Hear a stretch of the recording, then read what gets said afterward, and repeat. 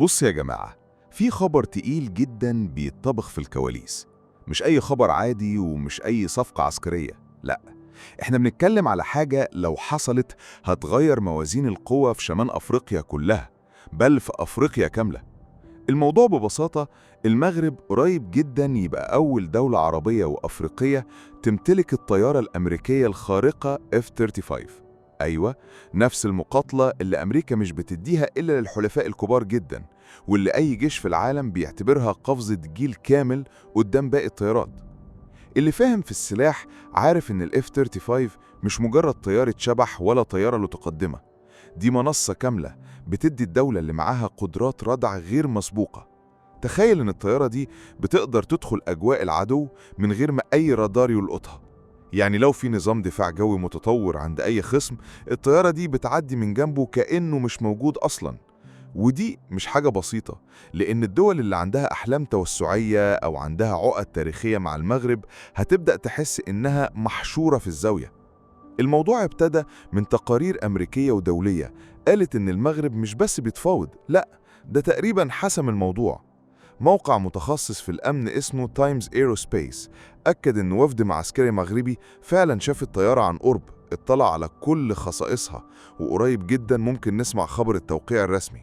ومش دي أول مرة أمريكا تفتح الباب قدام المغرب لصفقات تقيلة. من 2020 في اتفاقية عسكرية بين الرباط وواشنطن مدتها 10 سنين، والاتفاقية دي مش مجرد ورق، دي خطة طويلة المدى لتقوية الجيش المغربي وتزويده بأسلحة من الجيل الجديد. خلي بالك إن دخول ال F-35 للترسانة المغربية مش هيبقى مجرد صفقة طيارات، لأ، دي رسالة سياسية وعسكرية في نفس الوقت.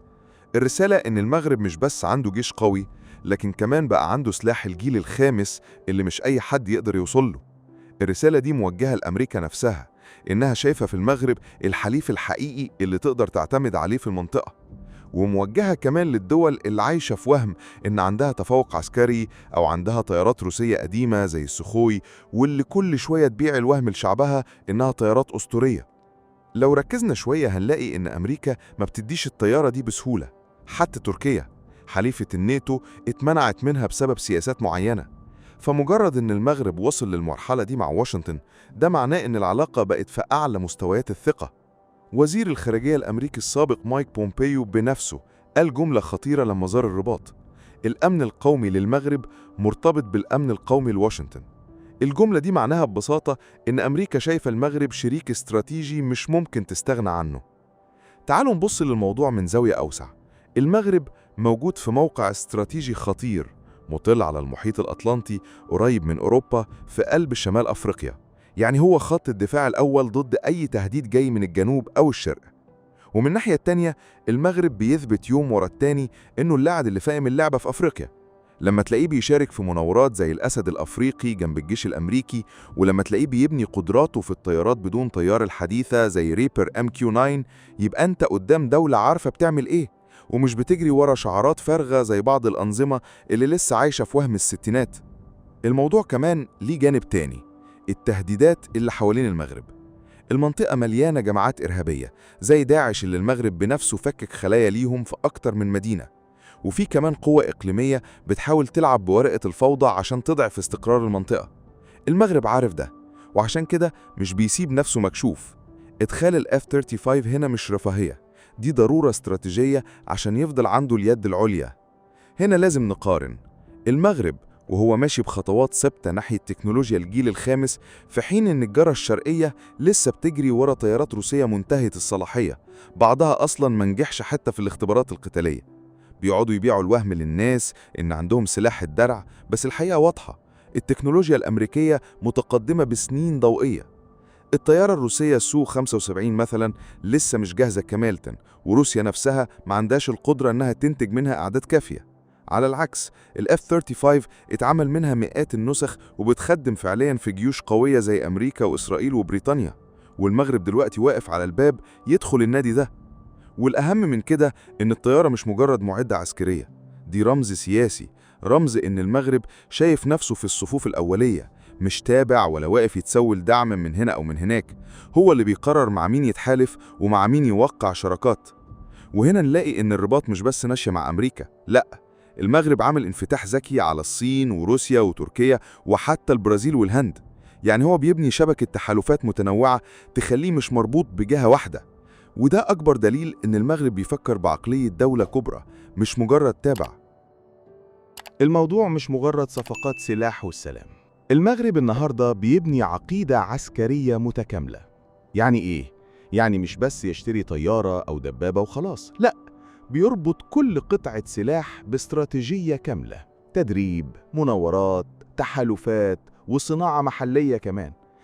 واحد ممكن يسأل، طب هو المغرب قادر يستوعب تكنولوجيا معقدة زي ال F-35؟ الإجابة وبقوة. ليه؟